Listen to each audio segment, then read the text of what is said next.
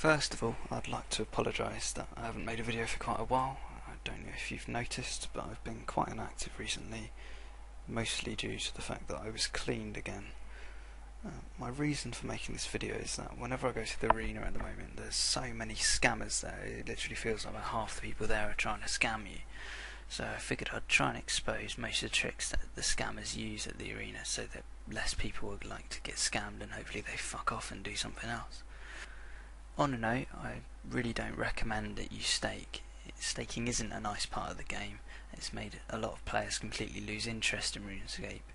However, I do want you to have this knowledge just in case you do stake, so that the scumbags don't win in the end. It may be basic, but always use the previous options button if you can. As you can see here, I want to do a rapier stake, and this guy keeps changing the rules, and I just keep clicking previous options, and there's not really much you can do to sort of trick me, because I can always click it and I'll always be safe because of that.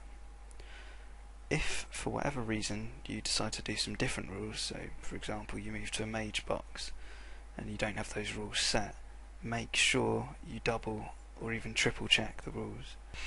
Just take a few moments to look over the rules just to make sure everything looks normal.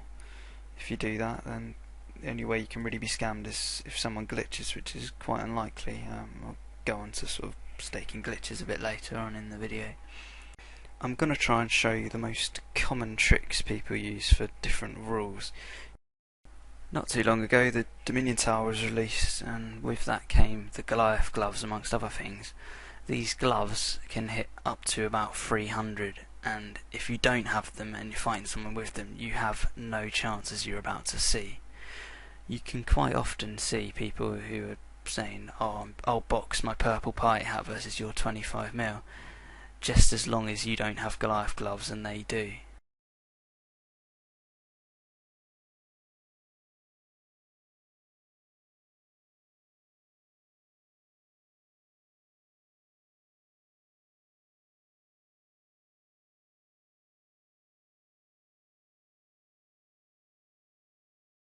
Another rule quite commonly used is the cape slot. The completionist cape now includes the new Tazar cape, so it will beat anything. However, you will get a lot of people who just have the new Tazar cape trying to catch people out who've got fire cape, as they've got a good chance of winning as well. As you can see, I got absolutely spanked by the completionist cape when I was using a fire cape. Hit point boosting armors, Torva Pernix Vertus, can also be used. So when you go into a stake with a Torva playbody on, it automatically puts you in the stake with 1200 hit points, as you'll see in the beginning of this stake. So that gives you 20% extra health, which is a massive advantage.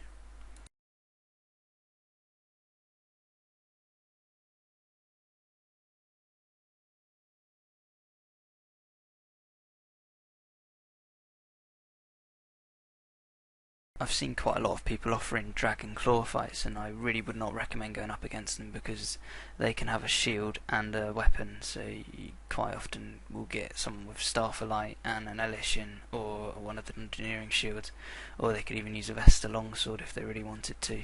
As you can see, the Staff of Light special, which blocks out 50% of all melee damage, absolutely destroys the dragon claws, and they have absolutely no chance combined with the Elysian spirit shield.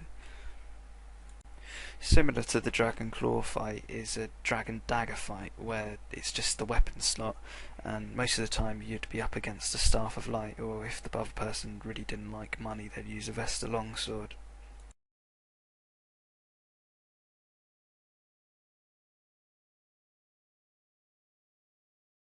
One of the more recent sort of tricks is Polypore Staff fights. They'll always use lunar magics with it, and they'll cast Vengeance and Disruption Shield as well if they've got it. Disruption Shield is from Lunar Farm, and it enables you to actually block an attack, so that combined with Vengeance always results in a win, as you'll see in this clip.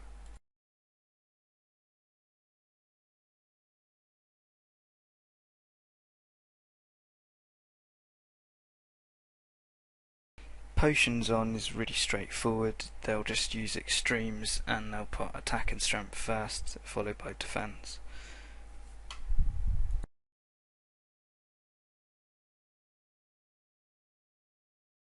One of the most common rule scams is shield on, and some people will claim they want a defender fight and others will just say put the shield on sneakily, but most of the time they'll have an Elishin or they might have a Dungeoneering shield as well, and they'll often switch between defender and Elishin like I'm doing in this video, except I'm not that great at it.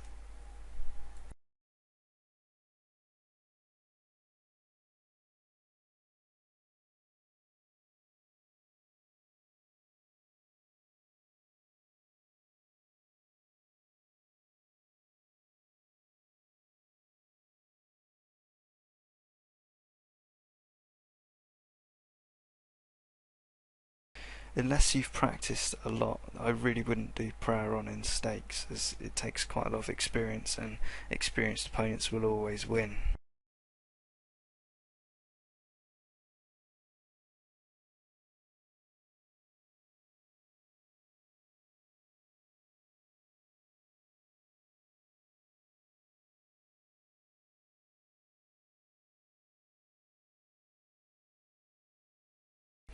Movement on is quite commonly used. Basically you just want to stay away from the resignation hatches at the ends, as you can see in this video. You can use it to lure your opponents and gain hits on them.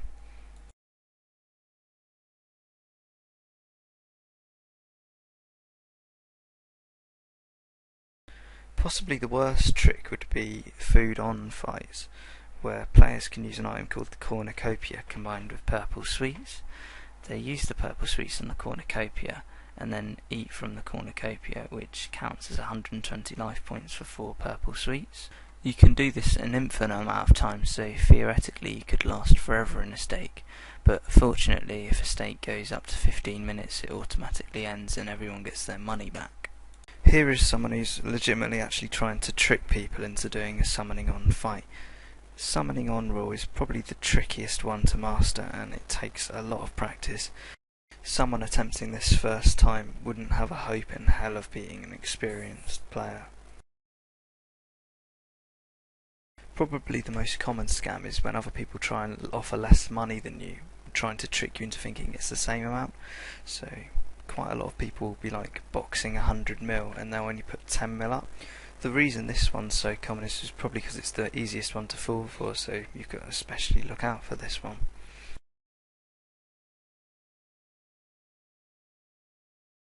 Another popular trick, most notoriously used by Channel 4, I don't know if you've heard of him, is using ornamental dragon full helm kits. And what they'll do is they'll pretend that the ornamental dragon full helm kits are worth a lot more than they actually are. A lot of people do this using Fury kits because they look quite similar, and they'll swap them out in the second window, as you'll see in this clip here. Always be wary when someone else puts up items against you, as quite a lot of the time people will put crashing items up in the hope that they'll be able to understake you for them. Thanks for watching. I have some ideas for some future videos that I should be doing in the near future. If you found this video useful or interesting in any way, I'd really appreciate a like, and of course subscribe if you're interested in some more videos.